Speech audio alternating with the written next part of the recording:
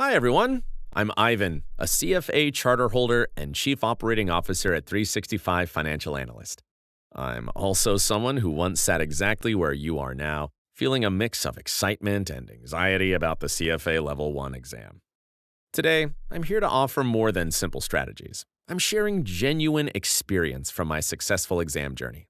But first, please do me a favor. Hit that like button, share this video, and subscribe to our channel for more insightful career content. All right, so why is the CFA Level 1 exam a hurdle for most people? It covers various subjects, including quantitative methods and portfolio management, which demand disciplined self-study and effective time management. Poor planning often leads to failure. With its challenging nature, the exam consists of 180 questions split across 2 sessions, providing roughly 90 seconds per question, necessitating quick and precise responses. Let me take you back to my own experience for a moment. Picture this. It's 1 a.m. and stacks of notes surround me. The caffeine is wearing off, and I'm trying to decode derivatives for the second time.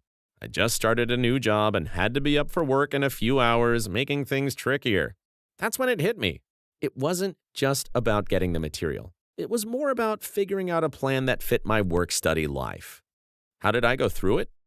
Here's my list of tips for an effective study strategy. As a start, break down the material into smaller, more manageable parts. Think of the curriculum as a huge mountain. You wouldn't just leap to the top, right? Tackling one small section at a time allows me to explore each subject more deeply. Next, draft a study plan. This plan must detail your study topics and schedule and incorporate review sessions. Set daily and weekly objectives. A simple Excel spreadsheet with topics and deadlines is sufficient. Get your schedule on track with our free study planning template, yours to download from the link in the description below. Now, it's essential to stick to this schedule, but also be flexible. If you find specific areas more challenging than expected, adjusting and spending more time on them is okay. I aim to tackle one module at a time. Back then, the curriculum was organized into readings, but the principle remains consistent. All right, now, what's the best way to study the material? I discovered that the best study techniques extend beyond mere reading or listening. Active engagement, which involves note-taking, crafting, utilizing flashcards, and solving numerous practice questions is essential. Note-taking is crucial to studying, and there are 4 key aspects to remember. First, make sure you understand the material. Before taking notes, I'd review a section several times to ensure the information sinks in. Next, understand what to document. The CFA Level 1 covers a ton of material, and trying to jot down everything is futile. Concentrating on key concepts and challenging areas enhanced my study's effectiveness and precision. Use your own words in the process. Reviewing notes in my own words made everything click in a way pre-written notes never could. Lastly, I suggest going digital with all note-taking, bypassing traditional handwriting. While there's evidence suggesting handwriting can help with memory retention, the speed and efficiency of digital notes are better suited to the volume of CFA material. All right, flashcards can be incredibly helpful when used correctly.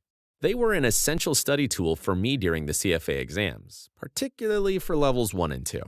Ensure your flashcards highlight the curriculum's essential points. I found that concise, straightforward points or brief diagrams were most effective. I also organized my cards into categories. I know this, somewhat know this, and don't know this at all. I chose paper flashcards for my 9-month exam preparation because they present fewer distractions despite being less portable. But if you're short on time, digital methods, like creating flashcards from existing digital notes, are quick and effective. For those considering software, Anki stands out as a game changer. It uses spaced repetition, helping you focus on concepts you find difficult. You can find a link for the program in the description. Excellent. Now, let's talk about practicing what you've learned. The essence of CFA exam preparation lies in practice questions.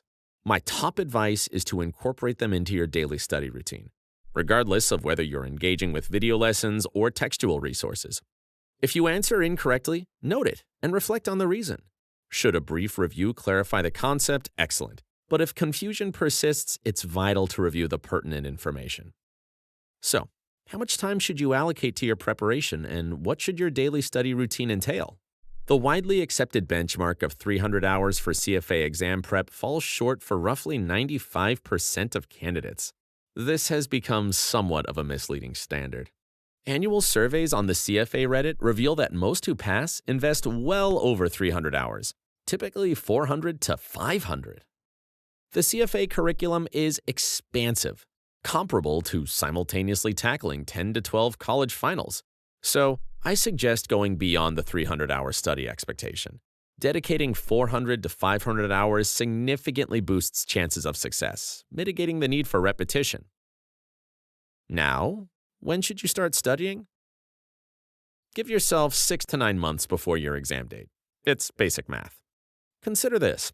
The 2024 Level 1 CFA exam covers 93 modules. To gain a thorough understanding, study each of the 186 modules at least twice, focusing more intensely on specific topics. So, if you aim to cover one module daily, you face over 6 months of study time to prepare adequately.